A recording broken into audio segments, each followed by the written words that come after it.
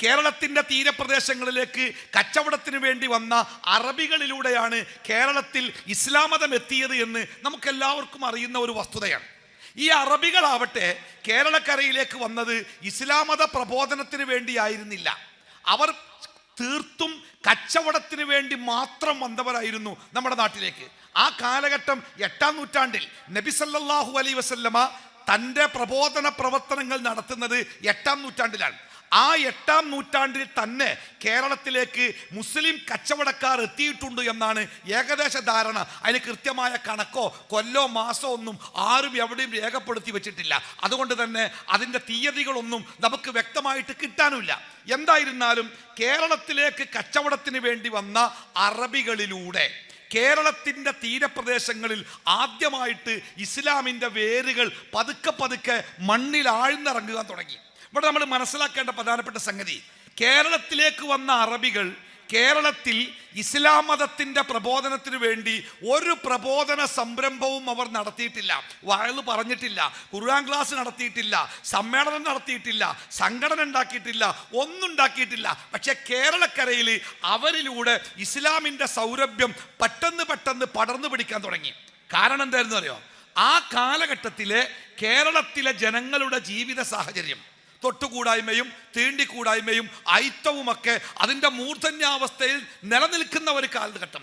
മേൽജാതിക്കാരൻ്റെ കൺവെട്ടത്ത് പോലും കീഴ്ജാതിക്കാരൻ കാണാൻ പാടില്ലാത്ത ഒരു കാലഘട്ടം. നമ്മളൊക്കെ ഈ കുട്ടികൾക്കൊക്കെ അറിയാം, ഒരുപക്ഷെ ചരിത്രം വായിക്കുമ്പോൾ അവർ പഠിച്ചിട്ടുണ്ടാവും. മേൽജാതിക്കാരൻ്റെ വീട്ടിൽ പണിക്ക് പോകുന്ന കീഴ്ജാതിക്കാരന് ഭക്ഷണം കൊടുക്കുന്നത് പാത്രങ്ങളിലല്ല, വീട്ടിലെ മുറ്റത്തിൻ്റെ അങ്ങേയറ്റത്ത് നിലത്ത് മണ്ണിൽ ഒരു കുഴി കുഴിച്ചിട്ട് ആ കുഴിയിലേക്ക് വാഴയിലകൾ ഇറക്കി വെച്ച് അതിലേക്ക് ഒഴിച്ചു കൊടുക്കുന്ന വറ്റുകുറഞ്ഞ കഞ്ഞി പ്ലാവിൻ്റെ ഇല കൊണ്ട് കുമ്പിള് കുത്തിയിട്ട് മുക്കി കുടിക്കണം. മേൽജാതിക്കാരൻ നടന്നു പോകുന്ന വഴിയിൽ കീഴ്ജാതിക്കാരൻ നടക്കാൻ പാടില്ല. അഥവാ കീഴ്ജാതിക്കാരൻ നടക്കുകയാണെങ്കിൽ അവൻ്റെ പിൻഭാഗത്തെ ഒരു കയറിൽ ഒരു ചൂല് കെട്ടിവെക്കണം. എന്തിനറിയോ? ഈ കീഴ്ജാതിക്കാരൻ നടക്കുമ്പോൾ അവൻ്റെ കാൽപാദങ്ങൾ മണ്ണിൽ ആ പാദങ്ങൾ അടയാളമുണ്ടാക്കും. ആ അടയാളങ്ങളിൽ മേൽജാതിക്കാരൻ ചവിട്ടിയാൽ അതവൻ അയിത്തമാകും. അതുകൊണ്ട് കീഴ്ജാതിക്കാരൻ്റെ കാലടയാളങ്ങൾ മാഞ്ഞു പോകാൻ ഒരു ചൂലിങ്ങനെ പിന്നാലെ കെട്ടി വലിച്ചുകൊണ്ട് നടക്കണമെന്ന.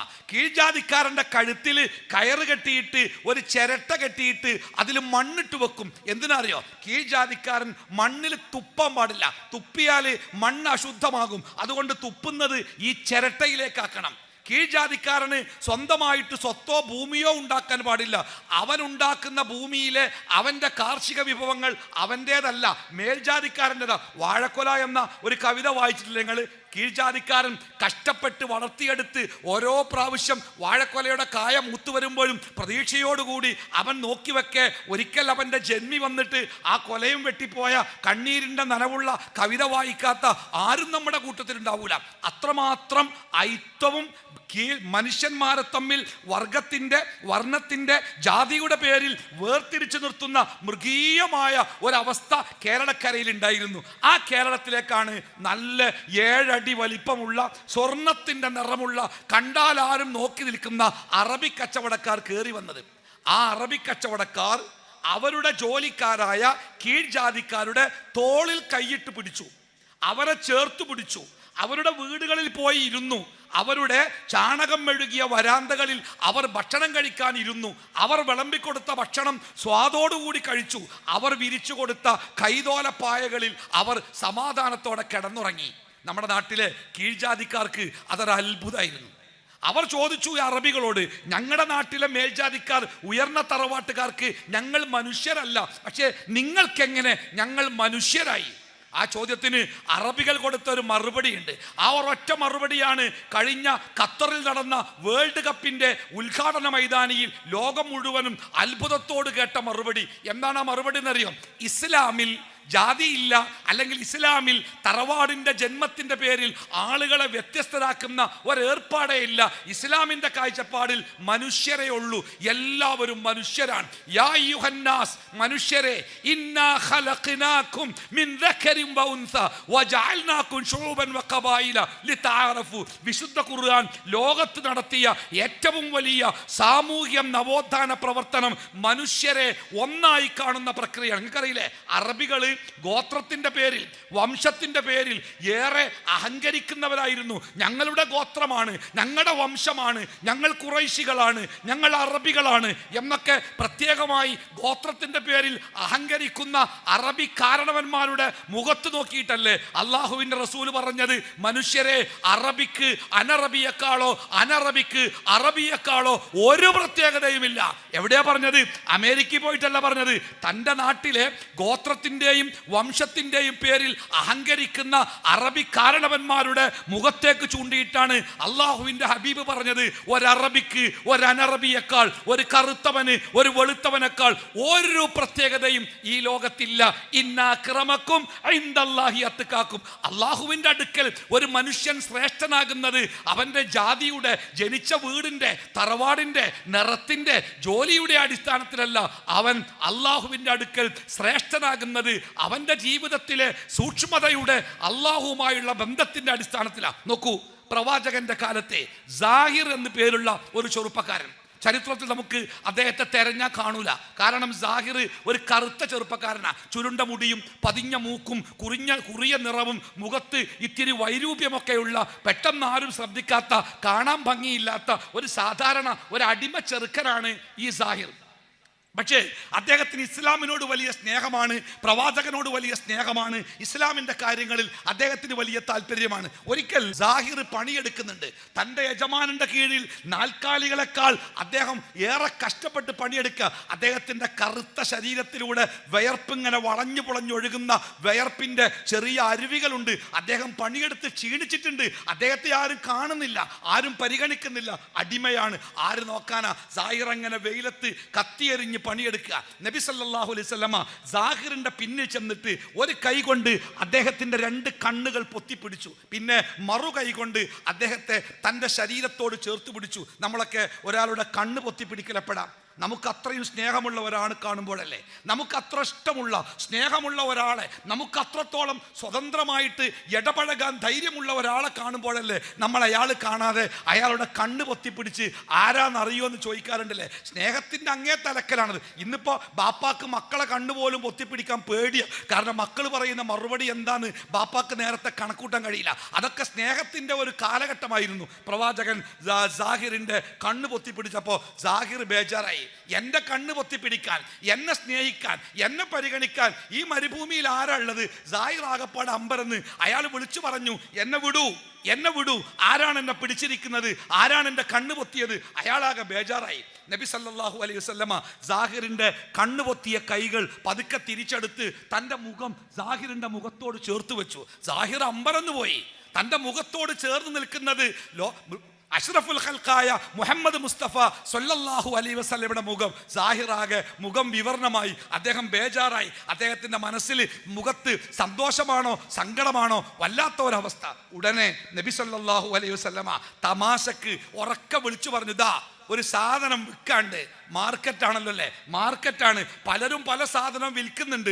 നബി സല്ലല്ലാഹു അലൈഹി വസല്ലമ സാഹിറിന്റെ കൈ ഇങ്ങനെ പിടിച്ചിട്ട് തമാശക്ക് പറഞ്ഞു, ദാ ഒരു സാധനം വിൽക്കാണ്ടിട്ടോ, ആർക്കാ വേണ്ടത്? നല്ല വില കിട്ടിയാ വിൽക്കും.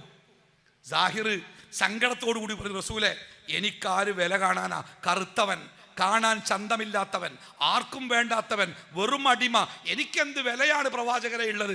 നബി സല്ലല്ലാഹു അലൈഹി വസല്ലമ സാഹിറിൻ്റെ കാതിൽ സ്വകാര്യം പോലെ പറഞ്ഞൊരു വാക്കുണ്ട്, സാഹിർ, താങ്കൾ അള്ളാഹുവിൻ്റെ അടുക്കൽ ഭയങ്കര വിലയുള്ളവനാണ്. താങ്കൾ അള്ളാഹുവിൻ്റെ അടുക്കൽ ഭയങ്കര വിലയുള്ളവനാണ്. അതെങ്ങനെ പ്രവാചകൻ അറിഞ്ഞത്? അത് അള്ളാഹു വഹി മുഖേന അറിയിച്ചതാണ്. സാഹിർ അള്ളാഹുവിൻ്റെ അടുക്കൽ ഏറ്റവും സൂക്ഷ്മശാലിയായപ്പോൾ അള്ളാഹുവിൻ്റെ അടുക്കൽ അദ്ദേഹത്തിന് ഏറെ വിലയുണ്ടായി. ഇതാണ് ഇസ്ലാമിൻ്റെ കാഴ്ചപ്പാട്. ഈ അറബികൾ കേരളത്തിൽ വന്ന് കേരളത്തിലെ തൊട്ടുകൂടായ്മയുടെ പേരിൽ വിട്ടുനിൽക്കുന്ന ആ സാധുക്കളോട് പറഞ്ഞു, ഇസ്ലാമിൽ തൊട്ടുകൂടാത്തവനില്ല, അകറ്റി നിർത്തേണ്ടവരില്ല, എല്ലാവരും മനുഷ്യരാണ്, എല്ലാവരും ഒരു മാതാവിൻ്റെയും പിതാവിൻ്റെയും മക്കളാണ്. ഇത് നമ്മുടെ കേരളത്തിലെ ആളുകൾക്ക്, പ്രത്യേകിച്ച് ഈ പിന്നോക്കം നിൽക്കുന്ന ജനവിഭാഗത്തിന് വലിയ ഒരു ആശ്വാസമായിരുന്നു, അത്ഭുതമായിരുന്നു. അവർ അറബികളോട് ചോദിച്ചത്, ഞങ്ങൾക്കും നിങ്ങളെപ്പോലെ മനുഷ്യനായി കാണുന്ന ഒരു സംസ്കാരത്തിലേക്ക് വരാൻ ഞങ്ങൾ എന്താ ചെയ്യേണ്ടത്? അവർ പറഞ്ഞു, ഇസ്ലാമിലേക്ക് വരിക എളുപ്പമാണ്. ലാ ഇലാഹ ഇല്ലല്ലാഹ് ചൊല്ലി കൂട്ടത്തോടെ ആളുകൾ ഇസ്ലാമിലേക്ക് വന്നു. കൂട്ടത്തോടെ, ഒന്നും രണ്ടും അല്ല. ഈ അവഗണന അനുഭവിക്കുന്ന ഒരുപാട് ആളുകൾ ഇസ്ലാം മതത്തിലേക്ക് കടന്നു വന്നു. അവർ മുസ്ലിങ്ങളായി. പ്രവാചകന്റെ കാലഘട്ടത്തിൽ ജീവിച്ച് ഇസ്ലാം എന്താണെന്ന് മനസ്സിലാക്കി അതനുസരിച്ച് കേരളത്തിൽ വന്ന ഈ കച്ചവടക്കാരിൽ നിന്ന് ഇസ്ലാമിനെ കുറിച്ച് പഠിച്ച ആ കാലഘട്ടത്തിലെ മുസ്ലിങ്ങൾ അവർ എല്ലാ അർത്ഥത്തിലും സമ്പന്നരായിരുന്നു. കേരളത്തിലെ മുസ്ലിം ചരിത്രം പഠിക്കുമ്പോൾ അതിന് 2 ഘട്ടങ്ങളുണ്ട്.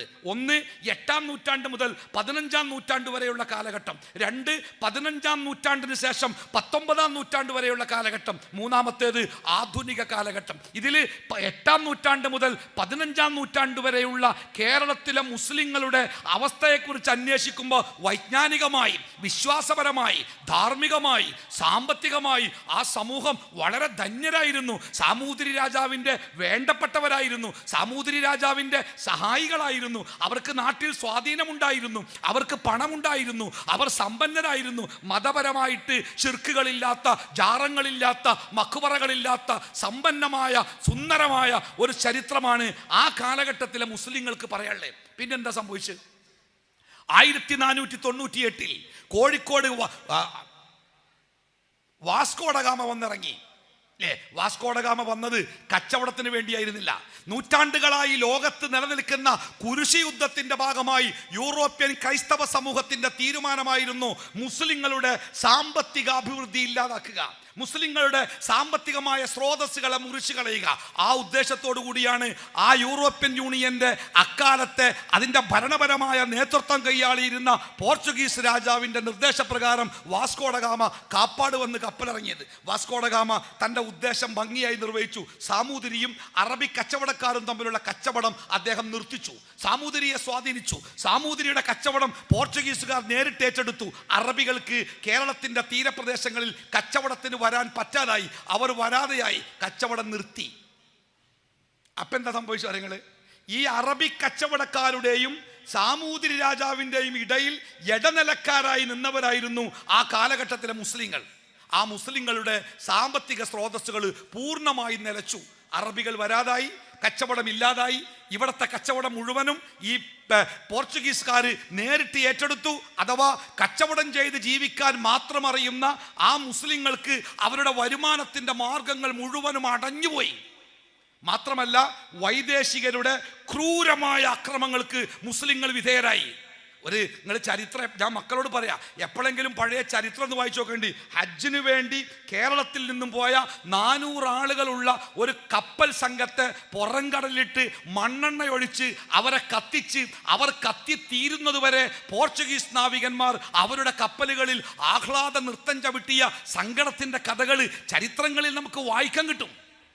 അത്ര കേരളത്തിലെ മുസ്ലിം, ഇന്ത്യയിൽ വൈദേശികാധിപത്യത്തിൻ്റെ പേരിൽ ഏറ്റവും തീഷ്ണമായ മർദ്ദനങ്ങൾക്ക് വിധേയരായ ജനവിഭാഗം ആരാണ് എന്ന് അന്വേഷിച്ചാൽ സത്യസന്ധമായ ചരിത്രം പറയുന്നത് കേരളത്തിൻ്റെ മാപ്പിളമാർന്നാണ്. കേരളത്തിൻ്റെ തീരപ്രദേശങ്ങളിലെ മാപ്പിളമാർ വൈദേശികരോട് പൊരുതിയതുപോലെ, വൈദേശികാധിപത്യത്തിൽ നിന്ന് പ്രയാസങ്ങൾ നേരിട്ടതുപോലെ മറ്റൊരു ജനതയും കേരളത്തിൽ അത്ര പ്രയാസം നേരിട്ടിട്ടില്ല.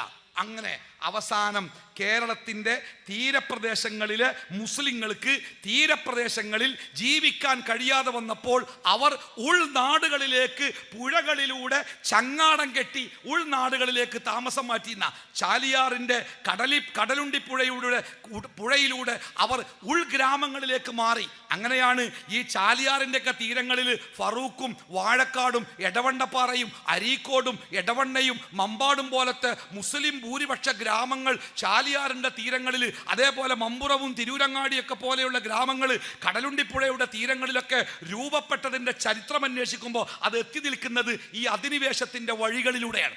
എന്തായിരുന്നാലും ഉൾപ്രദേശങ്ങളിലേക്ക് മുസ്ലിങ്ങൾ താമസം മാറ്റി. അവിടെ 2 അപകടങ്ങളാണ് ഉണ്ടായത്. ഒന്ന്, അവർക്ക് മതപരമായ കാര്യങ്ങൾ പഠിപ്പിച്ചു കൊടുത്തിരുന്ന അറബികളുടെ വരവ് നിലച്ചതോടുകൂടി നമ്മുടെ നാട്ടിലെ ആളുകൾക്ക് മതപരമായ അവബോധം കൊടുക്കാൻ കൃത്യമായ സംവിധാനങ്ങൾ ഇല്ലാതായി, അത് അടഞ്ഞുപോയി. മാത്രമല്ല, ഈ ഉൾഗ്രാമങ്ങളിലേക്ക് കയറി വന്ന മുസ്ലിങ്ങൾ അവർ ഇവിടുത്തെ ജന്മിമാരുടെ ഭൂമി പാട്ടത്തിനെടുത്ത് ആ കൃഷിയിടങ്ങളിൽ കൃഷി ഇറക്കി അവർ ജീവിക്കാൻ തുടങ്ങി. ഓരോ വിശാലമായ വയലുകൾ, അതിൻ്റെ അടുത്ത് ചെറിയ നിസ്കാര തട്ടികൾ പോലെ സ്രാമ്പികൾ, ചെറിയ നിസ്കാര പള്ളികൾ കെട്ടി ആ പള്ളികൾ കേന്ദ്രീകരിച്ച് ഒരു സമൂഹം രൂപപ്പെട്ട് അവർ കൃഷി ചെയ്ത് ജീവിക്കാൻ തുടങ്ങി. സംഗതി ദാരിദ്ര്യമാണ്, പ്രയാസമാണെങ്കിലും അവർ മനുഷ്യന്മാരായിട്ട് ജീവിച്ചപ്പോൾ നമ്മുടെ ഉൾനാടുകളിലുള്ള താഴ്ന്ന രീതിയിൽപ്പെട്ട ആളുകൾ അവരന്നും ഐത്തത്തിൻ്റെയും മേൽക്കോയ്മയുടെയും ദുരിതങ്ങൾ അനുഭവിക്കുന്ന ആൾക്കാരായിരുന്നു.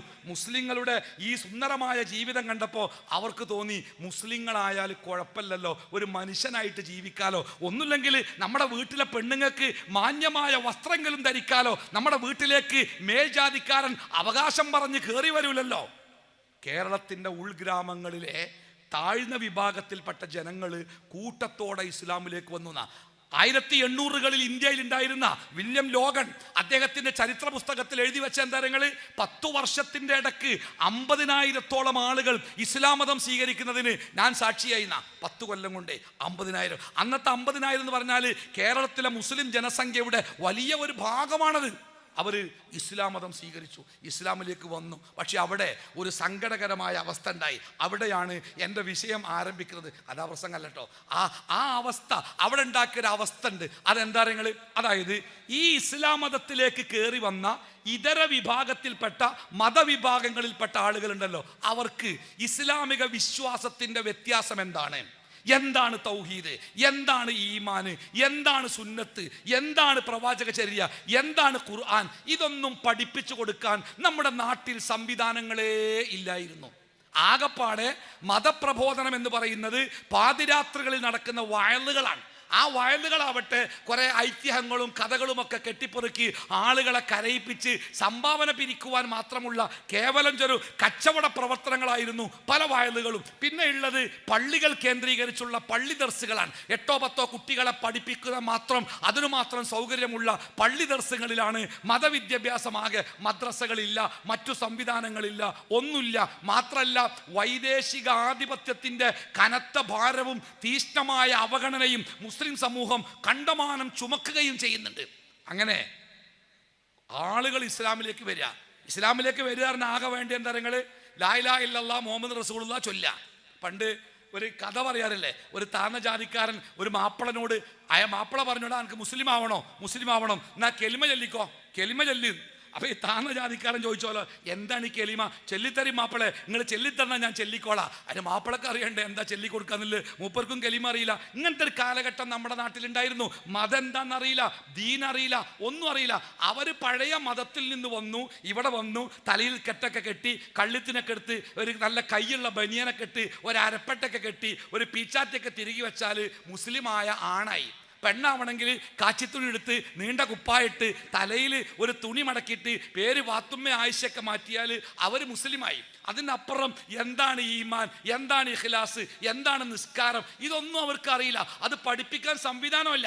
അങ്ങനെ ഒരു സംവിധാനം കേരളത്തിൽ ആദ്യമായിട്ടുണ്ടായത് 1901 പൊന്നാനിയിലുണ്ടായ മൗനത്തുൽ ഇസ്ലാം സഭയാണ്. അതുവരെ അതിനൊരു സംവിധാനം നമ്മുടെ നാട്ടിലില്ല. അതുകൊണ്ട് തന്നെ മറ്റു മതങ്ങളിൽ നിന്ന് ഇസ്ലാമിലേക്ക് വന്ന ആളുകൾക്ക് ഇസ്ലാമിക സംസ്കാരം എന്താണ് എന്ന് അവർക്ക് മനസ്സിലായതുമില്ല, അതാരും അവർക്ക് പറഞ്ഞു കൊടുത്തില്ല. അതുകൊണ്ട് മുസ്ലിമാണ് എന്ന് പറയുമ്പോഴും അവരുടെ ആദ്യത്തെ മതത്തിൻ്റെ വിശ്വാസവും സംസ്കാരവും അവർ പിന്നെയും കൊണ്ടുനടന്നു. ഈ പ്രേതവിശ്വാസം കണ്ടല്ലോ, പ്രേതം. ഇപ്പോൾ ഇവിടെയൊക്കെ അല്ല ഖുർആനും സുന്നത്തൊക്കെ പഠിക്കണ നല്ല കുട്ടികളാണല്ലോ. നിങ്ങളിങ്ങനെ ഏത് നട്ടപ്പാതിരക്കും ആ റോട്ടിൽ കൂടെ കയറി ജാമിയ സലഫിയൻ്റെ ക്യാമ്പസിലേക്ക് വരാൻ ഒരു പേടിയില്ലാത്ത കുട്ടികളാണ്. ആ റോട്ടിൽ എപ്പോൾ വന്നിറങ്ങിയാലും പാലക്കാട് കോഴിക്കോട് ബസ്സിൽ നട്ടപ്പാതിരക്ക് വന്നാലും പാട്ടും പാടി ഇങ്ങനെ കയറി വരുന്ന കുട്ടികളാണ്, ധൈര്യമുള്ള മക്കളാണ്. അങ്ങനെ ഇരിക്കെ പോരുന്ന വഴിക്ക് ഒരു പറങ്കുച്ചി കൊമ്പുമ്പോൾ ഒരു ബംഗാളി തൂങ്ങി മരിച്ചു വിചാരിക്കുക, ഓൻ്റെ ബോഡിയൊക്കെ പോലീസുകാർ കൊണ്ടുപോയി സംഗതിയൊക്കെ കഴിഞ്ഞ്. പക്ഷേ പിറ്റേന്ന് രാവിലെ അതിലെങ്ങനെ കയറി വരുമ്പോൾ റോട്ടിൽ ബസ് ഇറങ്ങിയിട്ട് ഇങ്ങനെ കാത്തുക്കും, പാട്ടും പാടി എന്തേ പോണില്ല, ഉണ്ട് എന്താ പോകാത്ത ഒന്നുമില്ല, എന്താ നിങ്ങൾ ഒരാളെയും കൂടി കിട്ടണം കയറ്റം കയറാം, എന്ത് പേടി, എന്താ പേടി, ഇന്നലെ ബംഗാളി തൂങ്ങിയില്ലേ, ബംഗാളി തൂങ്ങിന് ബോഡിയൊക്കെ പോലീസുകാർ കൊണ്ടുപോയില്ലേ, എന്നാലും ഒരു പേടി. എന്താണ് ആ പേടി? ആ പേടി എന്താ നിങ്ങൾ, നമ്മുടെ സഹോദരന്മാർ വിശ്വസിക്കുന്നുണ്ട് അങ്ങനെ ഒരു മരണമുണ്ടായാൽ അതിങ്ങനെ ആത്മാവ് ഇങ്ങനെ ഗതി കിട്ടാതെ നടക്കും, അങ്ങനെ പോകുന്നവനെ ചാടിപ്പിടിച്ച് ഓൻ എന്തെങ്കിലുമൊക്കെ ആകും. വ്യാഴാഴ്ച രാത്രിയൊക്കെ കള്ളിയങ്കാട്ട് നീലിയൊക്കെ ആയിട്ട് നല്ല വെള്ളശാരിയൊക്കെ എടുത്ത് വെറ്റിലൊക്കെ ചൊപ്പിച്ച് അങ്ങനെ ഒലിപ്പിച്ച് കൊന്ത്രം വെള്ളമൊക്കെ ആയിട്ട് എവിടെയൊക്കെ കാത്തിരിക്കുന്നുണ്ടാവും. ഇതൊക്കെ ഇങ്ങനെ ഓർത്ത് വരുമ്പോഴേക്കാരം നിലാവെളിച്ചത്ത് അപ്പത്തൊരു വായൻ്റെ കയ്യിലിങ്ങനെ ഇളകുക, ഉറപ്പിച്ച് കള്ളിയങ്കാട്ടന്നെ പിന്നെ ഒരു ഓട്ട. ഈ വിശ്വാസം എവിടുന്നാണ് കിട്ടിയത് നിങ്ങൾ? ഇത് ഖുർആനിലില്ല. ഖുർആൻ വായിച്ചാൽ ശരിക്കും മനസ്സിലാവും. മനുഷ്യൻ മരിച്ചാൽ നല്ലോനായാലും ചീത്തയാണെങ്കിലും, നല്ലോനാണെങ്കിൽ ഓൻ്റെ ആത്മാവ് ഇന്ന ഭാഗത്തേക്കും, ചീത്തയാണെങ്കിൽ ഇന്ന ഭാഗത്തേക്കും എന്ന് പഠിച്ചോളല്ലേ നമ്മളൊക്കെ. പിന്നെ എങ്ങനെ ഇത് നമ്മളെ മനസ്സിൽ ഇപ്പോഴും ബാക്കിയായത്?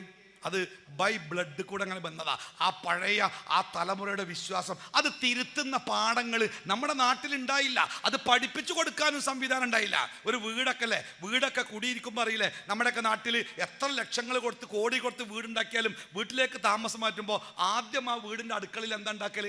വല്യമാക്ക് കുരിയരി കഞ്ഞി ഉണ്ടാക്കൽ, വല്ലിപ്പാക്ക് കട്ടൻ ചായ ഉണ്ടാക്കിയ പാല് തിളപ്പിച്ചില്ലേ? പാലൊന്നും തിളപ്പിച്ചിട്ടുണ്ട്. പക്ഷെ അന്ന് തിളപ്പിച്ച പാലും ഇന്ന് തിളപ്പിച്ച പാലും ഒരു വ്യത്യാസം. എന്താ വ്യത്യാസം? ഇന്ന് പാല് അടുപ്പത്ത് വെച്ചാൽ വീട്ടിലമ്മ ഇങ്ങനെ നോക്കിക്കും തിളച്ച് വരുന്നുണ്ടോ. തളങ്ങനെ വരുമ്പോഴത്തിന് ഓടിച്ചെന്ന് സ്റ്റൗ ഓഫ് ആക്കും. കാരണം തിളച്ചാൽ പിന്നെ പാല് ചിന്തിപ്പോയാൽ ഒന്നിനും പറ്റൂല. പക്ഷെ അന്ന് അങ്ങനെയല്ല. അന്ന് പാലിങ്ങനെ തിളച്ച് പൊന്തി പൊന്തി ഇങ്ങനെ വന്ന് പൊന്തി പൊന്തി പൊന്തി പൊന്തി സ്റ്റീൽ പാത്രത്തിൻ്റെ സൈഡിലേക്ക് ഇങ്ങനെ ഒഴുകിയപ്പോൾ മനസ്സിലിങ്ങനെ സന്തോഷത്തിൻ്റെ ലഡു എത്രനാ പൊട്ടിയത്, തൂക്കി വെക്കൻ്റെ മാണം, അതിന് മാത്രം പൊട്ടിയത്. എവിടുന്നാണ് കിട്ടിയത് ഈ വിശ്വാസം? ഞങ്ങൾക്കറിയോ എവിടുന്നാണ് കിട്ടിയത്? ഇതൊക്കെ അങ്ങനെ വന്ന വിശ്വാസ, തിരുത്താത്ത വിശ്വാസങ്ങളാണ്. ഈ തിരുത്താത്ത വിശ്വാസങ്ങൾ മനുഷ്യരെ അന്ധവിശ്വാസത്തിൻ്റെ പടുകുഴിയിലേക്ക് കൊണ്ടുപോയിട്ട്, അതുകൊണ്ട് തന്നെ 18-ാം നൂറ്റാണ്ട് അല്ലെങ്കിൽ 18-ാം നൂറ്റാണ്ട് 19-ാം നൂറ്റാണ്ട് ഇതൊക്കെ കേരളത്തിലെ മുസ്ലിങ്ങളെ സംബന്ധിച്ചിടത്തോളം അന്ധവിശ്വാസത്തിൻ്റെ അനാചാരത്തിൻ്റെ വല്ലാത്ത ഒരവസ്ഥയുള്ള കാലഘട്ടം. അവരെ കുറ്റം പറയണ്ട, അവർക്കിത് പറഞ്ഞു കൊടുക്കാൻ ആളില്ല, പഠിപ്പിച്ചു കൊടുക്കാൻ ആളില്ല. പൗരോഹിത്യം എന്ന് പറയുന്നത് ജനങ്ങളെ ചൂഷണം ചെയ്തു ജീവിക്കുവാൻ മാത്രം നിശ്ചയിക്കപ്പെട്ട ഒരു ജനവിഭാഗമായി ജനങ്ങളുടെ അറിവുകേടിൽ ഒരു സ്ത്രീ പ്രസവിച്ചാൽ അവിടെ ചടങ്ങ്, 14 ചടങ്ങ്, 40 ചടങ്ങ്, 90 ചടങ്ങ്.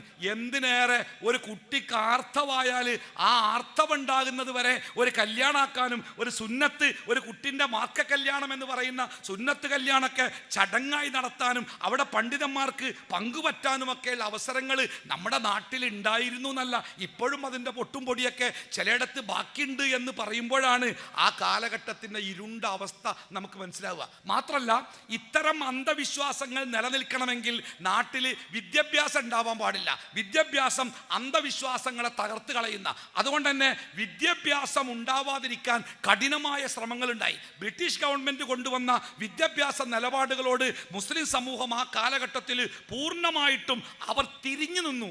നിങ്ങൾ വെറുതെ ഖസാക്കിൻ്റെ ഇതിഹാസം ഒന്ന് വായിച്ചു നോക്കേണ്ടി.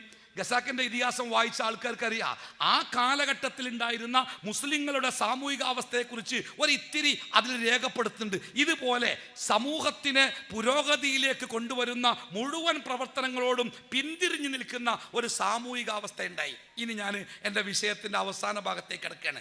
ഈ കാലഘട്ടത്തിലാണ് കേരളത്തിൽ ആദ്യമായി 1922 ഐക്യസംഘം എന്ന പേരിൽ കേരളത്തിലെ ചില പണ്ഡിതന്മാർ കൂടിച്ചേർന്നു.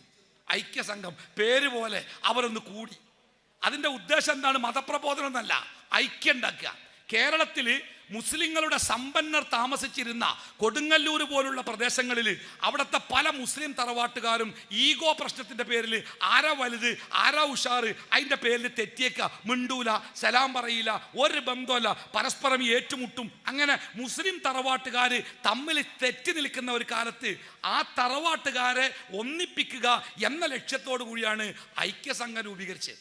ഖുർആനും സുന്നത്തും പറഞ്ഞു കൊടുത്തപ്പോൾ ഈ ആളുകൾക്കത് ബോധ്യമായി, അവർക്കത് മനസ്സിലായി, അവർ തെറ്റുതിരുത്തി, അവർ ഇസ്ലാമിലേക്ക് തിരിച്ചു വന്നപ്പോൾ ഈ പ്രവർത്തനത്തിൻ്റെ പിന്നിൽ പ്രവർത്തിച്ച ആ പണ്ഡിതന്മാർക്ക് മനസ്സിലായി കേരളത്തിലെ ജനങ്ങളെ നന്നാക്കാൻ യഥാർത്ഥമായ ഇസ്ലാമിൻ്റെ പ്രബോധനമല്ലാതെ വേറെ ഒരു മാർഗമില്ല എന്നവർ തിരിച്ചറിഞ്ഞതിൻ്റെ അടിസ്ഥാനത്തിലാണ് 1924 കേരളത്തിലെ ഒന്നാമത്തെ മതപ്രബോധന സംഘമായ കേരള ജംഇയ്യത്തുൽ ഉലമ രൂപീകരിച്ചത്. ഈ ഞാൻ സംസാരിക്കുന്നത് ജാമിയ സലഫിയയുടെ ക്യാമ്പസിലാണ്. ജാമിയ സലഫിയ എന്ന പ്രസ്ഥാനം, ആ പ്രസ്ഥാനം കേരള ജംഇയ്യത്തുൽ ഉലമയുമായി എത്രമേൽ ബന്ധപ്പെട്ടതാണ് എന്ന് ഇവിടെ കൂടി എല്ലാവർക്കും അറിയാം. ഈ കേരള ജംഇയ്യത്തുൽ ഉലമ അതിൻ്റെ പ്രവർത്തനത്തിൻ്റെ 1-ാം ദിവസം മുതൽ, നമ്മളിപ്പോൾ 100-ാം വാർഷികം ആഘോഷിക്കുന്നതിൻ്റെ തുടക്കം ആലുവയിൽ വെച്ച് മാസങ്ങൾക്ക് മുമ്പ് നടത്തി. ആ പ്രസ്ഥാനം കേരളത്തിലെ ജനങ്ങൾക്കിടയിൽ ഏറ്റവും ശക്തമായ പ്രവർത്തനവുമായി വന്നത്, ഒന്ന് വിശ്വാസരംഗത്തെ അധാർമികതകൾക്കെതിരെ, 2 സാംസ്കാരിക രംഗത്തെ അധാർമികതകൾക്കെതിരെ. ഈ 2 രംഗത്തും കേരളത്തിൽ ഏറ്റാവുന്നിടത്തോളം വേണ്ടാത്തരങ്ങളും വൃത്തികേടുകളും നിറഞ്ഞു നിൽക്കുന്ന ഒരു കാലത്താണ് നമ്മുടെ പൂർവികരായ പണ്ഡിതന്മാർ കഷ്ടപ്പാട് സഹിച്ച്, ബുദ്ധിമുട്ട് സഹിച്ച്, പീഡനങ്ങൾ ഏറ്റുവാങ്ങി അവർ കേരളത്തിലെ മുസ്ലിങ്ങളെ അവരുടെ നവോത്ഥാനത്തിൻ്റെ വഴിയിലേക്ക് കൊണ്ടുവന്നത്. വിദ്യാഭ്യാസം പാടില്ല എന്ന് ഉറക്കെ പറഞ്ഞിരുന്ന ഒരു സമൂഹത്തെ വിദ്യാഭ്യാസത്തിൻ്റെ വഴിയിലേക്ക് പിടിച്ചുകൊണ്ടുവരാനേ ഈ പ്രസ്ഥാനം അനുഭവിച്ച കഷ്ടപ്പാട് കുറച്ചൊന്നല്ല. നിങ്ങൾ കേട്ടില്ലേ ചാലിലകത്ത് കുഞ്ഞോമദാജിനെ? അദ്ദേഹം പള്ളി ദർസുകളിൽ മാത്രം പോരാ ഇസ്ലാം, സാധാരണക്കാരൻ്റെ മക്കൾക്ക് മതം പഠിപ്പിക്കുന്ന മദ്രസകൾ വേണം എന്നാവശ്യപ്പെട്ടപ്പോൾ അദ്ദേഹത്തെ ഒരു നാട്ടിൽ നിന്ന് ആട്ടിയോടിച്ച ഒരു സമൂഹമുണ്ട്, ഒരു വിഭാഗമുണ്ട്. ആ സമൂഹം ഇന്ന് പറയാണ്, ഞങ്ങൾക്കാണ് കേരളത്തിൽ ഏറ്റവും തോനെ മദ്രസ ഉള്ളത്. ആരാ പറഞ്ഞങ്ങൾ? മദ്രസകൾ ഉണ്ടായാൽ ആ മദ്രസയിൽ പോകുന്ന കുട്ടി നരകത്തിലേക്ക് എത്തുമെന്ന് ഉറക്കെ പറഞ്ഞവർ ഇന്നവർ സ്വയം അഭിമാനിക്കുക. അവർക്കാണത്ര കേരളത്തിൽ ഏറ്റവും മദ്രസകളുള്ളത്. നമുക്ക് സന്തോഷമുണ്ട്, അവരാ വഴിയിലേക്ക് വന്നല്ലേ. തിരൂരങ്ങാടിയിൽ പ്ലേഗും അതേപോലെ മാരക രോഗങ്ങൾ പിടിപെട്ട് തിരൂരങ്ങാടി ഗ്രാമത്തിലെ 100 കണക്കിന് മുസ്ലിം വീടുകളിൽ രക്ഷിതാക്കൾ മരിച്ചുപോയി. നോക്കാൻ ആളില്ലാത്ത കുട്ടികൾ, മരിച്ചു കിടക്കുന്ന ബാപ്പാൻ്റെ ഉമ്മാൻ്റെ ശരീരം മയ്യത്ത് കെട്ടിപ്പിടിച്ച് കരഞ്ഞ നാളുകളിൽ ആ കുട്ടികളെ ക്രിസ്ത്യൻ മിഷനറിമാർ ഗവൺമെന്റിന്റെ സഹായത്തോടെ, അന്നത്തെ ബ്രിട്ടീഷ് ഗവൺമെന്റിന്റെ സഹായത്തോടെ ആ മുസ്ലിം വീടുകളിലെ കുട്ടികളെ ദത്തെടുത്ത് കൊണ്ടുപോയി അവരുടെ സ്ഥാപനങ്ങളിൽ വളർത്തി ക്രൈസ്തവ സംസ്കാരത്തിലേക്ക് ആ മക്കളെ കൊണ്ടുപോയപ്പോൾ സമുദായത്തിൻ്റെ നേതാക്കന്മാർ തീരുമാനിച്ചതാ, അനാഥരാകുന്ന മുസ്ലിം കുട്ടികളെ സംരക്ഷിക്കാൻ നമുക്കൊരു ഇടം വേണം. തിരൂരങ്ങാടി യത്തീംഖാന സ്ഥാപിച്ചപ്പോഴേ യത്തീംഖാനന്റെ തൊട്ടു മുമ്പിൽ റോഡിന്റെ പക്കത്ത് യത്തീംഖാനക്കെതിരെ 10 ദിവസം നിർത്താതെ വയലു പറഞ്ഞ ഒരു വിഭാഗം അവരിന്ന് പറയാണ്, ഞങ്ങൾക്കാണ് കേരളത്തിൽ ഏറ്റവും കൂടുതൽ യത്തീംഖാനകൾ ഉള്ളത്. നമുക്ക് സന്തോഷമുണ്ട്, അവരാ വഴിയിലേക്ക് വന്നല്ലോ അല്ലേ.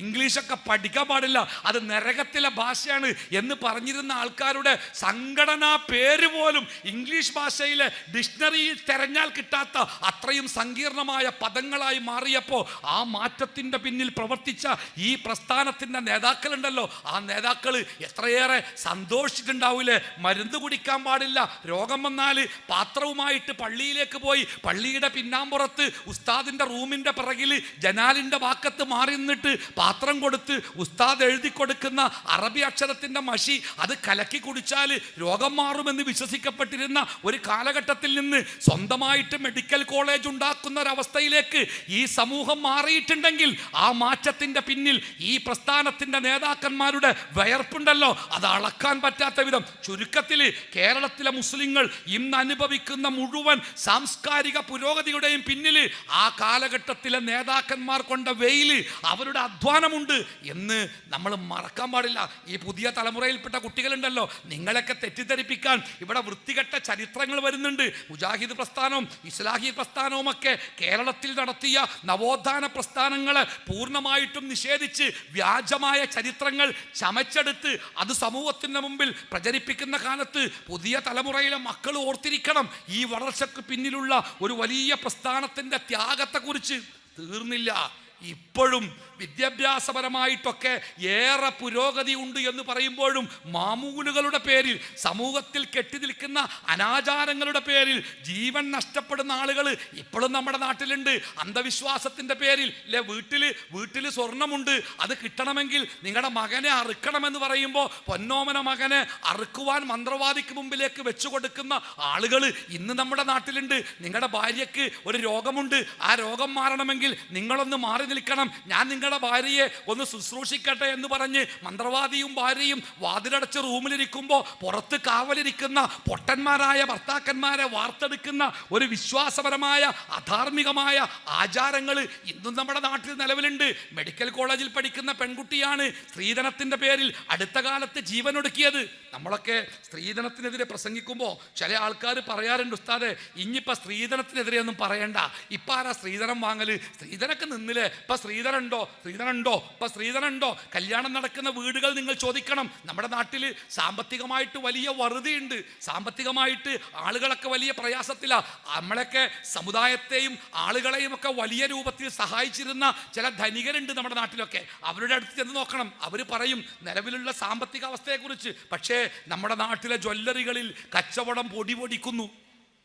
പലചരക്ക് കടയിൽ പോലും സാധനം വാങ്ങാൻ ആളില്ലാതിരിക്കുമ്പോൾ നമ്മുടെ നാട്ടിലെ ജ്വല്ലറികളിൽ കച്ചവടം പൊടിപൊടിക്കുന്നു. സ്വർണം വാങ്ങുന്നതേ അത് അലങ്കാരത്തിന് വേണ്ടിയല്ല, അവനവൻ്റെ മക്കളെ കെട്ടിച്ചയക്കുമ്പോൾ മകള് ചെല്ലുന്ന വീട്ടുകാരെ തൃപ്തിപ്പെടുത്താൻ പെൺകുട്ടിയുടെ കഴുത്തിൽ മഞ്ഞലോഹം ഉണ്ടാവാൻ വേണ്ടി വീട് വിറ്റ്, കരള് വിറ്റ്, വൃക്ക വിറ്റ് പണമുണ്ടാക്കി ഇന്നും സ്ത്രീധനമുണ്ടാക്കാൻ, കല്യാണമുണ്ടാക്കാൻ ശ്രമിക്കുന്ന ആളുകൾ അല്ലേ നമ്മുടെ നാട്ടിൽ ഇഷ്ടം പോലെ ഉണ്ട്. ഒരു കുറവുമില്ല, ഇഷ്ടം പോലെ ഉണ്ട്. ഈ സ്ത്രീധനമെന്ന വേണ്ടാത്തരമൊക്കെ സമൂഹത്തിൽ നിന്ന് ഇല്ലാതാവാൻ മുജാഹിദ് പ്രസ്ഥാനത്തോളം കേരളത്തിൽ പൊരുതിയ വിപ്ലവമുണ്ടാക്കിയ മറ്റൊരു പ്രസ്ഥാനം രാഷ്ട്രീയ നവോത്ഥാന അല്ലെങ്കിൽ ഭൗതിക രംഗത്ത് എവിടെയും നമുക്ക് എടുത്തു കാണിക്കാൻ പറ്റൂല. കുറ്റിപ്പുറം സമ്മേളനമൊക്കെ മുജാഹിദ് പ്രസ്ഥാനത്തിൻ്റെ ചരിത്രത്തിലെ ഏറ്റവും മനോഹരമായ കാലഘട്ടങ്ങളെ കുറിച്ചിടുന്ന കുറ്റിപ്പുറം മുജാഹിദ് സമ്മേളനമൊക്കെ സ്ത്രീധനത്തിനെതിരെയുള്ള നമ്മുടെ പോരാട്ടത്തിൻ്റെ മനോഹരമായ കഥകൾ കൊണ്ട് സമ്പന്നമായ കാലഘട്ടമാണ്. ബിസ്മി എന്ന ഒരു സംഘം നമുക്ക് ഉണ്ടായിരുന്നു അല്ലേ? കുട്ടികളെ കേട്ടിട്ടുണ്ടാവും ബിസ്മി. എന്താ ബിസ്മി പറഞ്ഞാൽ? ബിസ്മി എന്ന് പറഞ്ഞാൽ bureau of Islamic missionary and service information, അല്ലെങ്കിൽ സർവീസ് ആൻഡ് മിഷനറി ഇൻഫർമേഷൻ. ഇതാണ് ബിസ്മി. ഇത് നമ്മുടെ കേരള നദുവത്തുൽ മുജാഹിദിൻ്റെ കീഴിലുള്ള ഒരു ഉപഘടകമാണ്. എന്തിനറിയോ? സാമൂഹ്യ ദുരാചാരങ്ങൾക്കെതിരെ ഒരുപാട് ജനിക്കുന്നത് മുതൽ മരിക്കുന്നത് വരെ, മരിച്ചു കഴിഞ്ഞാൽ പിന്നെ ആണ്ടും ആണ്ടറുതികളുമായി മനുഷ്യനെ ചൂഷണം ചെയ്ത് അവൻ്റെ ചോര പോലും ഊറ്റിക്കുടിക്കുന്ന പണ്ഡിതവർഗത്തിൻ്റെ ദുഷിച്ച പ്രവർത്തനങ്ങൾക്കെതിരെ സമൂഹത്തിൽ നവോത്ഥാനത്തിൻ്റെ കൊടുങ്കാറ്റുണ്ടാക്കാൻ നമ്മുടെ പ്രസ്ഥാനമുണ്ടാക്കിയ ഒരു ചെറു സംഘമാണ് ബിസ്മി. നമ്മുടെ നാട്ടിലൊക്കെ ഈ ചെറിയ ചെലവില്ലാത്ത ചെറിയ കല്യാണങ്ങൾ ഉണ്ടാകുമ്പോൾ അതിന് അമുസ്ലിങ്ങൾ പോലും പറയുന്നൊരു പേരുണ്ട്, ബിസ്മി കല്യാണം അല്ലേ? ബിസ്മി കല്യാണം എന്ന് പറഞ്ഞാൽ നാട്ടിൽ വിശദീകരണം ആവശ്യമില്ലാത്ത വിധം അത് വ്യക്തമാണ്. ചെലവ് കുറഞ്ഞ കല്യാണങ്ങളാ ബിസ്മി കല്യാണം. കാരണം എന്താ പറയുക, വിവാഹത്തിൻ്റെ പേരിലാണ് നമ്മുടെ നാട്ടിൽ ഏറ്റവും വലിയ ചൂഷണങ്ങൾ അന്നും ഇന്നും നടക്കണേ.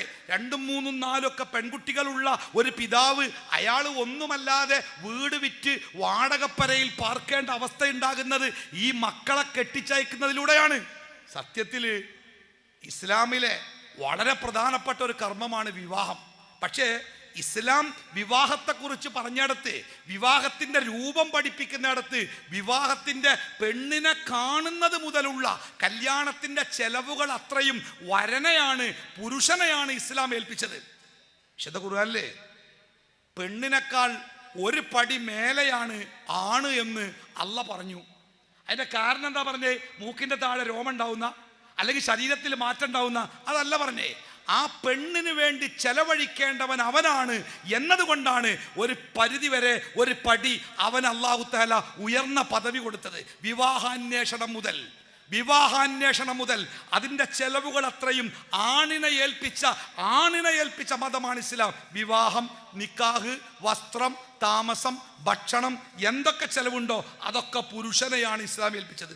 അതുകൊണ്ട് തന്നെ അത് നിർവഹിക്കാൻ ഒരു പുരുഷന് ശേഷിയില്ലെങ്കിൽ, സാമ്പത്തികമായ കഴിവില്ലെങ്കിൽ, ആ പുരുഷനെ സഹായിക്കേണ്ടത് മുസ്ലിം സമൂഹത്തിൻ്റെ ബാധ്യതയാണ് എന്നുകൂടി ഇസ്ലാം മതം പഠിപ്പിച്ചു. ഗൾഫിലൊക്കെ ചെന്നാൽ കാണാം, പള്ളിയിലൊക്കെ ചെറിയ ബോക്സുകൾ കാണാം. ആ ബോക്സിൻ്റെ മേലെ ഒരു സ്റ്റിക്കർ ഒട്ടിച്ചിട്ടുണ്ടാകും. ആ സ്റ്റിക്കർ എന്താ നിങ്ങൾ? വിവാഹം കഴിക്കുവാൻ സാമ്പത്തിക ശേഷിയില്ലാത്തതിൻ്റെ പേരിൽ പ്രയാസപ്പെടുന്ന ചെറുപ്പക്കാരെ സഹായിക്കുന്ന സംഘടന എന്നാണ്. എന്നിട്ട് അതിൽ വീഴുന്ന പണം അത് കല്യാണം കഴിക്കാൻ പ്രായമായിട്ടുണ്ട്, പക്ഷെ മഹർ കൊടുക്കാനും പെണ്ണിന് വീടൊരുക്കാനും വസ്ത്രം വാങ്ങാനും ഒന്നും സാമ്പത്തിക ശേഷിയില്ല എന്ന് പറയുന്ന ചെറുപ്പക്കാർക്ക് ഈ പണം കൊടുത്തിട്ട് അവരെ കല്യാണം കഴിക്കാൻ പ്രേരിപ്പിക്കുന്ന മനോഹരമായ സംവിധാനം. പക്ഷെ നമ്മുടെ നാട്ടിൽ ഇബ്ലീസ് അത് അട്ടിമറിച്ച്. ഇവിടെ ആരെയെ സഹായിക്കല്?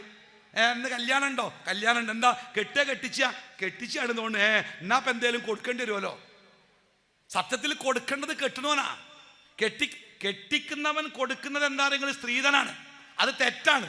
തെറ്റായ ഒരു സംഗതിക്ക് നമ്മൾ പങ്കാളികളാവാൻ പാടില്ല. താവനു അലൽ ബിർരി വത്തഖ്വ വലാ താവനു അലൽ ഇസ്മി വൽ ഉദ്വാൻ. നന്മയുടെ കാര്യത്തിൽ മാത്രമേ നിങ്ങൾ പരസ്പരം സഹായിക്കാവൂ. തിന്മയുടെ കാര്യത്തിൽ സഹായിക്കാൻ പാടില്ല. ഒരാള് സ്ത്രീധനം കൊടുക്കാൻ വേണ്ടി പൈസ ഉണ്ടാക്കുമ്പോൾ അതിലേക്ക് നമ്മൾ സാമ്പത്തിക സഹായം കൊടുത്താൽ അത് തിന്മയെ സഹായിക്കലല്ലേ? ഇപ്പോൾ ഒരാള് എൻ്റെ വീടിൻ്റെ മുറ്റത്ത് വന്നൊരു കള്ളം പറയാണ്, പിന്നെ നാളെ ഞാൻ നിങ്ങളെ വീട്ടിൽ കയറുട്ടോ, നിങ്ങളെ വീട്ടിൽ കയറിങ്ങാണ്ട് നിങ്ങളെ സ്വത്ത് മുഴുവനും കൊള്ളയടിക്കട്ടോ എന്നൊരു കള്ളം പറഞ്ഞ് ഞാൻ പിറ്റേന്ന് പള്ളിക്ക് വന്ന് നാട്ടുകാരോട് പറയാം, പൊന്നാറ നാട്ടുകാരെ, നിൻ്റെ പെരിയിൽ കള്ളം കയറാൻ സാധ്യതയുണ്ട്, ഞാൻ സാധുവാണ്, എൻ്റെ പെരിയിൽ ഒന്നുമില്ല, അതുകൊണ്ട് കള്ളം കക്കാൻ വരുമ്പോൾ ഓൻ എന്തേലും കിട്ടാൻ വേണ്ടി നിങ്ങളൊരു 10,000 രൂപ എനിക്ക് തരണിട്ട് പറഞ്ഞ് നിസ്കാര ശേഷം പള്ളിക്കെന്ന് പിരിവെടുത്ത് ഞാൻ എൻ്റെ പെരിയിൽ പൂട്ടില്ലാത്ത അലമാരൻ്റെ മേലെ കൊണ്ടുവച്ച് രാത്രി കള്ളം വന്ന് കട്ടുകൊണ്ടുപോയാൽ രാവിലെ പുറത്തിറങ്ങിയിട്ടോ എൻ്റെ പെരിയിൽ നിന്ന് കള്ളം 10,000 കൊണ്ടുപോയി എന്ന് അഭിമാനത്തോടു കൂടി ഞാൻ പറയോ? ഞാൻ എൻ്റെ പെൺമക്കളെ ഒരാൾക്ക് കല്യാണം കഴിച്ചു കൊടുക്കുമ്പോൾ മഹർ വാങ്ങിയിട്ട് ആ പെണ്ണിനെ കൊടുക്കണ്ടേ? അതിൻ്റെ പകരമായിട്ട് പെണ്ണിനെ കൊടുക്കുമ്പോൾ അതിൻ്റെ കൂടെ പണവും കൂടി കൊടുക്കാൻ പണ്ടൊക്കെ നമ്മൾ പറഞ്ഞതിൻ്റെ ഉദാഹരണം ഉണ്ട്. ഞാൻ തന്നെ പറഞ്ഞിനി, എലി ചത്തിട്ട് അതൊന്ന് കണ്ടുപിടിച്ച് പുറത്ത് കൊണ്ടുപോകാൻ വേണ്ടി ഒരു പണിക്കാരനെ വിളിച്ചപ്പോൾ ഓനോട് പൈസ ചോദിച്ചു, 100-200 ചോദിച്ചേ. എൻ്റെ നാട്ടിലെ പശു ചത്തപ്പോൾ അതൊന്ന് കുഴിച്ചിടാൻ വേണ്ടി ഓൻ 2,000 ചോദിച്ചേ. എൻ്റെ കക്കൂസിൻ്റെ ടാങ്ക് നിറഞ്ഞപ്പോൾ അത് കോരി കൊണ്ടുപോകാൻ വന്നോ 10,000 ചോദിച്ചേ. ഞാൻ കൊടുത്തിക്കണ്, കാരണം വേസ്റ്റ് പോയി കിട്ടണ്ടേ. എൻ്റെ മകളെ കെട്ടിക്കാൻ നിൽക്കുമ്പോൾ എൻ്റെ മകളെ കൊണ്ടുപോകണമെങ്കിൽ 5 ലക്ഷം വേണമെന്ന് പറയുമ്പോൾ ഞാനത് കൊടുത്തോളാന്ന് ഞാൻ പറയുകയാണെങ്കിൽ എൻ്റെ മോൾക്ക് ഞാൻ നിശ്ചയിച്ച വില എന്താ? എൻ്റെ കക്കൂസ് കോരാൻ 10,000 ആയിട്ടുള്ളൂ. അതിൻ്റെ എത്ര ഇരട്ടിയാ ഞാൻ എൻ്റെ മകളെ കൊണ്ടുപോകാൻ കൊടുക്കണ്ടേ? എൻ്റെ മകൾ അത്ര മോശമാണ്, ഓള് വീട്ടിൽ നിന്നോട്ടെ. എൻ്റെ മകൾ അത്ര മോശം, എങ്ങനെങ്കിലും കട്ടകാലത്തിന് കക്കൂസ് കൊണ്ടുപോയ മാതിരിക്ക് ഒന്ന് കൊണ്ടുപോയി കിട്ടിയെങ്കിൽ വിചാരിച്ച് അതിൻ്റെ കൂടെ പണം കൊടുത്ത് എൻ്റെ മോളെ പറഞ്ഞേക്കാൻ മാത്രം എൻ്റെ മോൾ എനിക്ക് മോശമാണോ? പെൺകുട്ടികളൊക്കെ അത് മനസ്സിലാക്കണം. പെണ്ണ് കാണാൻ വേണ്ടി വരുമ്പോൾ നാരങ്ങള്ളം കൊടുത്ത് തന്നാമല്ലോട് ചിത്രം വരച്ച് നിൽക്കുമ്പോഴേ ഒന്ന് മുഖത്തേക്ക് നോക്കി ചോദിക്കണം, നിങ്ങൾക്ക് എന്താ വേണ്ടിയ, പെണ്ണാണോ പൈസയാണോ? പൈസയാണെങ്കിൽ തൊട്ടടുത്ത മുത്തൂറ്റ് ഫിനാൻസിൻ്റെ അഡ്രസ്സ് കൊടുക്കുക, പെണ്ണാണെങ്കിൽ ഞങ്ങളെ കൂടെ അവസാനം വരെ ഉണ്ടാവും, എന്നെ കൊണ്ടുപോകാൻ റെഡി ഉണ്ടോ? അത് കൃത്യമായിട്ട് ചോദിക്കാനുള്ള തൻ്റെ ഇടങ്ങൾ കാണിക്കണം. അല്ലാതെ തല കുനിച്ച് ഇപ്പം എന്താ പ്രശ്നം? എൻ്റെ ഒരാൾ സ്ത്രീധനം വാങ്ങാതെ കല്യാണം കഴിച്ച് ഓൻ കരുതി വലിയ സന്തോഷത്തിലാണ്, കാരണം ഒരു കുടുംബത്തെ ഞാൻ രക്ഷപ്പെടുത്തിയല്ലോ. പിറ്റേന്ന് സംസാരിച്ച കൂട്ടത്തിൽ ഈ പെണ്ണ് പറഞ്ഞു, നിങ്ങൾ ചെയ്ത് വല്ലാത്തൊരു പൊട്ടത്തരായി. എന്തേ, നിങ്ങൾക്കൊരു 10 പവൻ ആണെന്ന് പറഞ്ഞാൽ നാട്ടുകാരൊക്കെ കൂടി 10 പവൻ തന്നാൽ എൻ്റെ കയ്യുമ്പോൾ ഒരു 10 വളയിലുണ്ടാവില്ലല്ലോ, ഇപ്പോൾ ഒരു വസ്തു ഇല്ലല്ലോ, വല്ലാത്തൊരു പൊട്ടനായല്ലോ നിങ്ങൾ. ബഞ്ചത്ത് വന്ന് പറയാ, പൊന്നാർ ഉസ്താദേ ഞാൻ അടുത്ത പണിയൊക്കെ വെറുതെ, ഞാൻ വന്ന് വെറുതെ ആവൂല, എനിക്ക് പടച്ചോൻ കൂലിയിരുന്ന പറഞ്ഞ്. ഇതാണ് അവസ്ഥ. പെൺകുട്ടികളെ ഈ രംഗത്ത് എന്നല്ല, സാമൂഹ്യ നവോത്ഥാനത്തിന് വേണ്ടി പരിശ്രമിക്കുന്നിടത്തൊക്കെ അതിൻ്റെ മുൻനിരയിൽ ഉണ്ടാവേണ്ടത് സ്ത്രീകളാണ്. കാരണം അവരാണ് വീട്, അവരാണ് കുടുംബം, അവരാണ് ഒരു കുടുംബത്തിൻ്റെ അടിത്തട്ട്, അവരിലാണ് മാറ്റം ഉണ്ടാവേണ്ടത്. ആ മാറ്റമാണ് സമൂഹത്തിൻ്റെ നെറുകയിലേക്ക് എത്തേണ്ടത്. അതുകൊണ്ട് തന്നെ അന്നൊക്കെ മുജാഹിദ് ഇന്ത്യയൊക്കെ ബാപ്പ സാധു ഇനി കൂലിപ്പണിയെടുത്ത് ജീവിക്കുന്ന ആളേന്. എൻ്റെ വീടിൻ്റെ ചുമരെന്നൊക്കെ പറഞ്ഞാൽ ഈ മുള ഇങ്ങനെ കൊത്തിയിട്ട് എന്തായാലും പേരറിയാം. അങ്ങനെ അതുകൊണ്ടാണ് എൻ്റെയൊക്കെ വീടിൻ്റെ ചുമര് വാതിലൊക്കെ തെങ്ങിൻ്റെ ഓല കൊണ്ടുണ്ടാക്കിയ വാതില. ആ വാതിലുമേ കുറ്റിപ്പുറം സമ്മേളനം കഴിഞ്ഞ് വന്നപ്പോൾ അതുകൊണ്ട് എൻ്റെ വാപ്പ ഒരു സ്റ്റിക്കർ കൊടുന്ന് മനോഹരമായിട്ട് ഒട്ടിച്ച്. എന്തേന്നറിയോ? സ്ത്രീധനം അനിസ്ലാമികം, വാങ്ങരുത്, പ്രോത്സാഹിപ്പിക്കരുത്, ബിസ്മി അതിൻ്റെ താഴെ. എന്നിട്ട് അതിൻ്റെ അപ്പുറത്ത് ബാപ്പ 2ാമത്തെ സ്റ്റിക്കർ ഒട്ടിച്ച്. ഇന്ന് ഞമ്മക്കൊന്നും ധൈര്യമല്ല, ആണത്തത്തിൻ്റെ സ്റ്റിക്കർ. എന്താ നിങ്ങൾ? സ്ത്രീധനം വാങ്ങുന്ന കല്യാണത്തിന് ക്ഷണിക്കരുത്. ഇവിടെയൊക്കെ മുടി നിറച്ച പഴയ ആൾക്കാർക്ക് ഓർമ്മ ഉണ്ടാവും.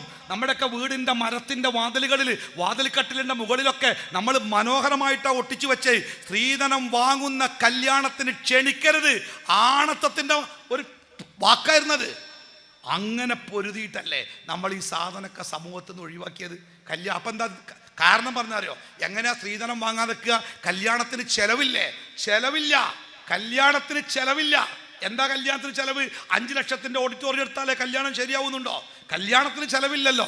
റസൂലുള്ളാഹി സ്വല്ലല്ലാഹു അലൈഹി വസല്ലമ പറഞ്ഞത് ഖൈറുൻ നിക്കാഹി ഐസറു, ഏറ്റവും നല്ല വിവാഹം ഏറ്റവും ലളിതമായ വിവാഹമാണ്. നമ്മളൊക്കെ നാട്ടിൽ ഒരു കല്യാണം ഉഷാറാവണമെങ്കിൽ 3-4 മന്ത്രിമാർ വേണം, 2-3 അറബികൾ വേണം, JCB വേണം, ഒട്ടകം വേണം, 1.5 മണിക്കൂർ റോഡ് ബ്ലോക്ക് ആവണം, ഒരു 4-5 ചെമ്പ് ബിരിയാണി പൊട്ടിക്കാതെ ബാക്കിയാവണം. ഇതൊക്കെ ആവുമ്പോഴാണ് നമ്മളോ ഭയങ്കര കല്യാണമായിട്ട് പറയാം അല്ലേ? കല്യാണം ഉഷാറാവല് ലാളിത്യം കൊണ്ട. പണ്ട് സുഹൈർ മൗലവി പറയാറുണ്ടായിരുന്നു, കല്യാണം ഉഷാറാവണം, ചെലവ് ചുരുക്കണം, ചായയും കടിയും വേണ്ട, കടിയും കുടിയും ഒരുമിച്ചാക്കാം. എങ്ങനെ? ഒരു പായസം ഉണ്ടാക്കുക, അതിൽ 2 അണ്ടിപ്പരിപ്പ് ഏറിടുക, എന്നാൽ അതിൽ തന്നെ കടി ഉണ്ടാവും കുടി ഉണ്ടാവും. അത് മതി കല്യാണത്തിന് എന്ന് കേരളത്തിൽ പ്രസിദ്ധമായി പ്രസംഗിച്ച നാളുകൾ ഉണ്ടായിരുന്നു. അതിൻ്റെ മാറ്റം കേരളത്തിൽ ഉണ്ടായിട്ടുണ്ട്. ഇന്ന് കേരളത്തിൽ, ഞാൻ അവസാനിപ്പിക്കാം കേട്ടോ, ഇന്ന് കേരളത്തിലെ മുസ്ലിം സമൂഹം അനുഭവിക്കുന്ന ഈ സാമൂഹ്യ പുരോഗതി ഉണ്ടല്ലോ, വിദ്യാഭ്യാസ രംഗത്ത്, കുടുംബജീവിത രംഗത്ത്, അവൻ്റെ ജീവിത നവോത്ഥാന രംഗത്ത്, രാഷ്ട്രീയ രംഗത്ത് ഒക്കെ, ഈ രാഷ്ട്രീയ രംഗത്തൊക്കെ ഇന്ത്യയിൽ കേരളത്തിലെ മുസ്ലിങ്ങളെക്കാൾ മുസ്ലിം ജനസംഖ്യയുള്ള സംസ്ഥാനങ്ങൾ കേരളത്തിൽ എത്ര ഉണ്ട്? നിങ്ങൾ മണ്ഡൽ കമ്മീഷൻ റിപ്പോർട്ട് പുറത്തു വന്നപ്പോഴേ അവിടെ കൃത്യമായ രേഖകൾ ഉണ്ടായിരുന്നല്ലോ. എന്തായിരുന്നു രേഖകൾ? നിങ്ങൾ ചില സംസ്ഥാനങ്ങളിലൊക്കെ സച്ചാർ കമ്മീഷൻ റിപ്പോർട്ട് പുറത്തു വന്നപ്പോഴേ അത് എഴുതി എന്താ അറിയുങ്ങളോ, ടാറിട്ട റോഡ് എവിടെ അവസാനിക്കുന്നോ, പിന്നെ മണ്ണ് റോഡാ, കുണ്ടും കുഴി, ആ ടാറിട്ട റോഡ് അവസാനിക്കുന്ന അവിടുന്ന് അങ്ങോട്ട് പാർക്കണേ മുസ്ലിങ്ങളെക്കാരം. ഓൽക്ക് റോഡില്ല. റോഡ് എങ്ങനെ ഉണ്ടാക്കണ്ടേ ഓൽക്ക് അറിയില്ല. ഇതാരോടാ ചോദിക്കണ്ടേ ഓൽക്ക് അറിയില്ല. ഇതേതാ രാഷ്ട്രീയം എന്നറിയില്ല. ഓൽക്ക് റോഡില്ല. കരണ്ട് കമ്പികൾ എവിടെയാണോ അവസാനിക്കുന്നത് അവിടുന്ന് അങ്ങോട്ട് കരണ്ടില്ലാത്ത മണ്ണെണ്ണ വിളക്കുകൾ മുനിഞ്ഞു കത്തുന്ന ഗ്രാമങ്ങളുണ്ടല്ലോ, അത് മുസ്ലിം ഗ്രാമങ്ങളെക്കാരന. ഓർക്കറിയില്ല ഈ കരണ്ട് എവിടുന്ന കൊണ്ടന്റ്. അവർ വോട്ട് ചെയ്യാറുണ്ട്. മുതലാളിമാര് ജന്മിമാര് പറയുന്നിടത്ത് അവർ വോട്ട് ചെയ്ത് പോരാറുണ്ട്. അവർക്ക് രാഷ്ട്രീയം അറിയില്ല. കേരളത്തിലെ മുസ്ലിങ്ങൾ കേരള സംസ്ഥാനത്തിന്റെ മുഖ്യമന്ത്രിയാവാൻ കേരളത്തിലെ മുസ്ലിം സമൂഹത്തിന് സാധിച്ചിട്ടുണ്ടെങ്കിലേ ആ രാഷ്ട്രീയ വിപ്ലവത്തിന്റെ അടിത്തറയിട്ട് ഇവിടത്തെ സലഫി പ്രസ്ഥാനമാണ് എന്നത് ആർക്കാ നിഷേധിക്കാൻ പറ്റുക? ചുരുക്കത്തിൽ ഞാനിപ്പോൾ ഇത്രയും സംസാരിച്ച് ഞാൻ ഈ പറയണൊക്കെ എൻ്റെ മുമ്പിലെ പഴയ തലമുറക്ക് ശരിക്കും എന്നെക്കാട്ടിലറിയാം. ഈ പുളിക്കലെ തലയെ മുടിയൊക്കെ നരച്ച ഒരാളെ എത്തിയിരുന്നിട്ട് നിങ്ങളൊരു 50 കൊല്ലത്തെ കഥ പറഞ്ഞാൽ പ്രസംഗമല്ലെങ്കിലും മനോഹരമായിട്ട് പറഞ്ഞുതരും. പക്ഷേ എൻ്റെ മുമ്പിലൊരു പുതിയ തലമുറയുണ്ട്. വാട്സാപ്പുകൾ, ഇൻ്റർനെറ്റുകളിൽ ജീവിതത്തിൻ്റെ വഴി തെരയുന്ന ഒരു പുതിയ തലമുറ. നിങ്ങൾക്കിത് കേൾക്കാൻ കഴിയില്ല. നിങ്ങളോട് ആരും ഇത് പറയില്ല. വക്രീകരിക്കപ്പെട്ട ചരിത്രത്തിൻ്റെ കാലത്താണ് നിങ്ങൾ, അഥവാ സത്യാനന്തര കാലത്താണ് നിങ്ങൾ ജീവിക്കുന്നത് എന്ന് പറഞ്ഞാൽ സത്യം മൂടി വെച്ചിട്ട് അസത്യം പ്രചരിപ്പിക്കപ്പെടുന്ന വല്ലാത്ത ഒരു കാലത്താണ് നിങ്ങൾ ജീവിക്കുന്നത്. നിങ്ങൾ ചരിത്രം പഠിക്കണം. ചരിത്രം പഠിക്കുമ്പോൾ നിങ്ങൾക്ക് ബോധ്യമാകും എന്താണ് ഇസ്ലാഹി പ്രസ്ഥാനം കേരളത്തിൽ ഉണ്ടാക്കിയ മാറ്റം. ഇന്ന് ഈ പ്രസ്ഥാനത്തിൻ്റെ പേരിൽ ചിലരൊക്കെ ഞങ്ങളും ഇസ്ലാഹി പ്രസ്ഥാനമാണ് എന്ന് പറഞ്ഞ് അന്ന് നമ്മൾ സമൂഹത്തിൽ നിന്ന് പറിച്ചറിയാൻ ശ്രമിച്ച ആ അവസ്ഥകളുണ്ടല്ലോ, പള്ളിയുടെ ചെരുവിൽ ഷെഡ് കെട്ടിയിട്ട് മാനസിക രോഗികളെ ചികിത്സിക്കുന്ന അവസ്ഥകൾ വീണ്ടും നിലവിൽ വരണം എന്നൊക്കെ പറഞ്ഞ് പ്രവർത്തിക്കുന്നവർ ഇവിടെ ആധുനികതയുടെ വാക്താക്കളാവാൻ ചമയുന്ന കാലത്ത് എൻ്റെ പ്രിയപ്പെട്ട മക്കള് ചരിത്രം പഠിച്ച് ബോധമുള്ളവരായി സമൂഹത്തിൻ്റെ മുമ്പിൽ ഈ പ്രസ്ഥാനം നടത്തിയ പോരാട്ടത്തിൻ്റെ തുടർച്ചയ്ക്ക് വേണ്ടി നിങ്ങൾ പ്രയത്നിക്കണം. അള്ളാഹു നമ്മളെ അനുഗ്രഹിക്കട്ടെ. വസല്ലല്ലാഹു അലാ മുഹമ്മദിൻ വഅലാ ആലിഹി വസ്വഹ്ബിഹി അജ്മഈൻ. അൽഹംദുലില്ലാഹി റബ്ബിൽ ആലമീൻ. അസ്സലാമു അലൈക്കും വറഹ്മത്തുള്ളാഹി വബറകാതുഹു.